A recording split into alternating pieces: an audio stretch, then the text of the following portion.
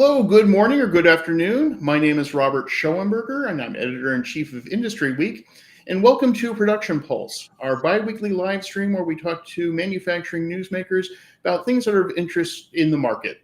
And today we have Ujjwal Kumar, who is president of Teradyne Robotics, the parent company of Mobile Industrial Robots and Universal Robotics, a major player in cobots and mobile robots. And we're going to be talking today about humanoid robots. We've been hearing a lot about this. If anyone was at the Automate show earlier this year, there were a lot of humanoid robots wandering around the show floor. There's been a lot of talk with Elon Musk and Tesla showing off Optimus and some of these other models. And Mr. Kumar, you recently spoke to us about some of the limitations here. We like to talk about how interesting these things are, but can you talk a little bit about some of the downsides of using the human form factor on the factory floor?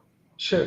So when you look at most of the work which gets done on a factory floor, a big chunk, you don't need to move out of the cell for efficiency. Like we as human beings, we move out for bio break and coffee break.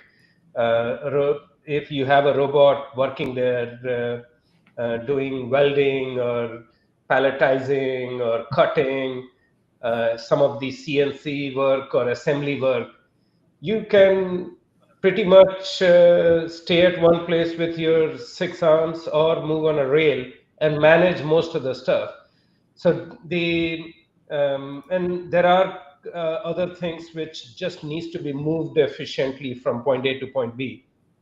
The limitations of a human form factor with so many degrees of freedom, which by design will need a lot more battery power, higher degrees of freedom, more joints also means lower reliability, lower in quality, with no real value for the customer.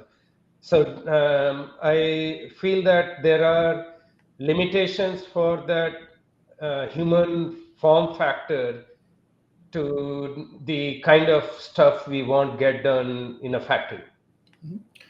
One of the comment you made was that you think about wheels versus legs. If you have a flat factory floor, wouldn't you want wheels versus legs because they're more efficient? And I think of maybe the genius of George Lucas, and if you imagine that original C-3PO wandering around in Star Wars, that is kind of what I see in a lot of these humanoid robots that I've seen, a sort of slow, jerky movement, especially at the Automate show. There were some of the robots could do a nice little dance, but if you said, okay, go pick up that box, it was move over to the box, stop, slowly bend down, slowly grab it, slowly pick it up, where a person could have done the same job in a tenth of the time, versus R2-D2, which might have been the less humanoid of the two, but it was definitely more utilitarian, could move around quickly on his wheels, easily outpace his counterpart. Yes, it's fiction, but it does seem to match what we've seen on factory floors.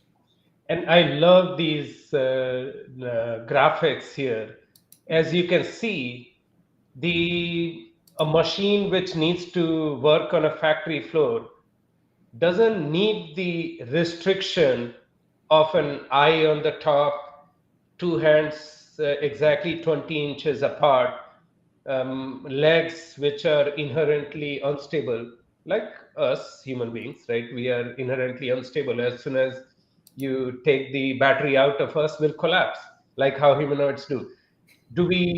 Is that the most efficient way to do things in the world, in a factory floor? I don't think so. We as humans, we did not evolve to be most efficient factory workers. We evolved for safety and other social needs. So as we think about what is the best way to move some of the repetitive, dirty, dangerous work over to machines, human form factor doesn't look like the most efficient one to me. Having run factories for last more than 2 decades, I'm more practical than say people who are willing to buy things just because they look like humans or talk like humans. I want to get work done. At the same time, as we talk about some of these limitations, there have been companies many times over the years who have tried to automate certain functions that people do very well. I think one of the most famous examples, again, comes from Tesla. With the Model 3 rollout, they tried to heavily automate their factory in California, especially that final trim area where people are bending past obstacles on cars, attaching different things. And it's high variability work, lots of finding tools, finding individual pieces. And the robots turned out to be just very, very bad at it. There was just too much variability in the work. There was too much changeover in tools, and people could do it very, kind of almost mindlessly. It was very simple to go from one process to the next, but the robots really struggled with this. So you would think that if you could have a machine that replicates a human, there would be this kind of one-to-one exchange.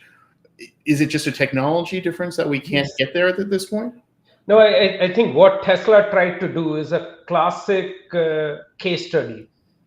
The robotic technology which have been around for last 50 years, those are designed for high volume, low variability applications. Tesla tried to use that for their factory where they had a lot of variability and frequent design changes. That is where you use more advanced robotics. So the kind of portfolio we have in, say, universal robots or mobile industrial robots, these AMRs and cobots, they are designed to run AI and other software-based applications to handle variability.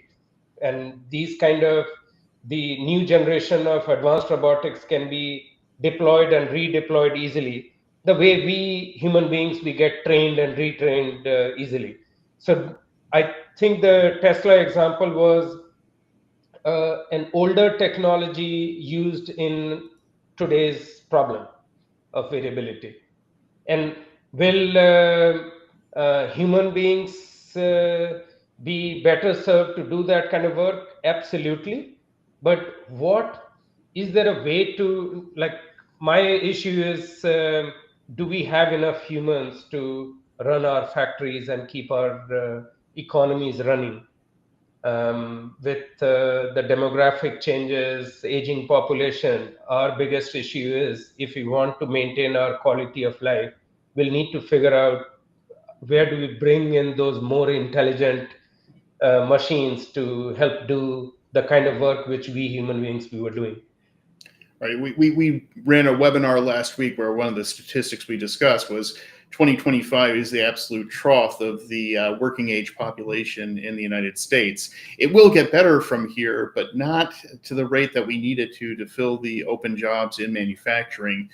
So there's this dual, can we get young people interested in manufacturing, but then we also just have population challenges overall, not enough people coming into any career. So it's going to be very, very difficult to fill all these open positions and grow the way we want to grow as an economy, as an industry. Absolutely.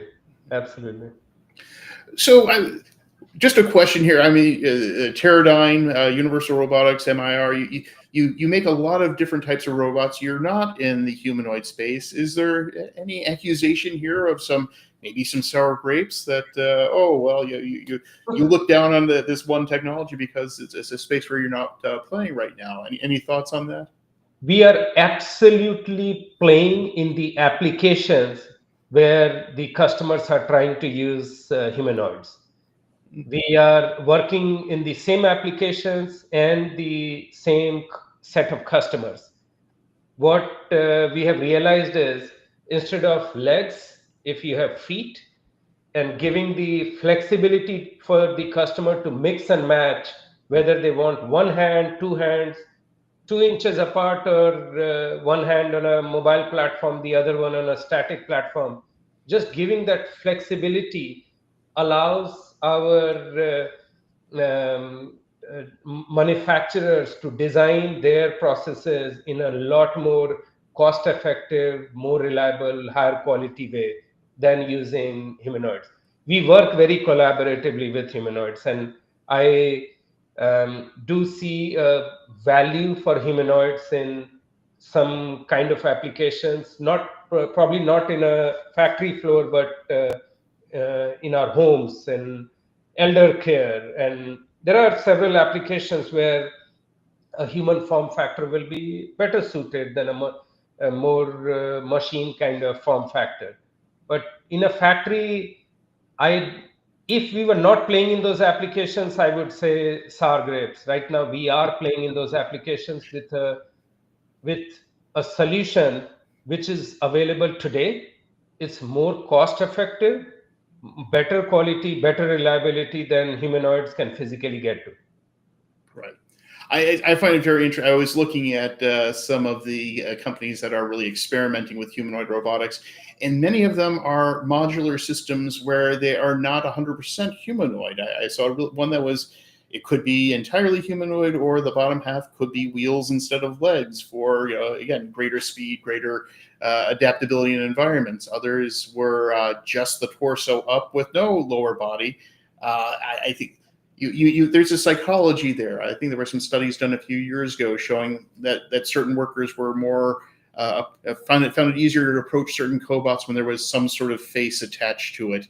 I don't know if that was just a stopgap and that those feelings have faded since then. But the number of purely humanoid robots seem to be a limited number of applications, and not really this growth sector for the market, despite the amount of interest in them. Absolutely. And again, we play in that space actively today with our mobile cobots. And if the market moves towards factory workers preferring a human face, we can put a human face on top of our robot. No, that is not an issue. It's just that we don't see a value for the customer with that human face or a human-like feet and so many degrees of freedom. It's a basic value to customer issue. Great. Well, thank you so much for your time today talking about this. It's a fascinating topic, and I hope to have some more material on this shortly with Industry Week. You wrote a really wonderful piece that we're still working on right now that really goes into some of the details here, the trade-offs in payload versus with arms versus some sort of holding unit and things like this. And it's a fascinating topic. And I think there's a tendency with many of us in this space to really get taken away by the neat looking technology and sometimes ignore the maybe less attractive but very functional things that we have available to us today. Like I will put it this way. If we had used the same mindset when the automobiles were being born, all the cars would look like a buggy, but it doesn't. It looks what fits the customer's need. So in my view, that form factor doesn't matter. If the automotive form look and feel is more flexible, it doesn't look like buggies, but it's a more cost effective, more reliable, better quality solution than putting whatever motor on a buggy or other ways in which you try to make it fit the world which you know of. Well, thank you so much to Ujjwal Kumar and Teradyne Robotics for participating today. And thank you to the audience. We'll be back in 2 weeks. Thank you, Robert. Cheers.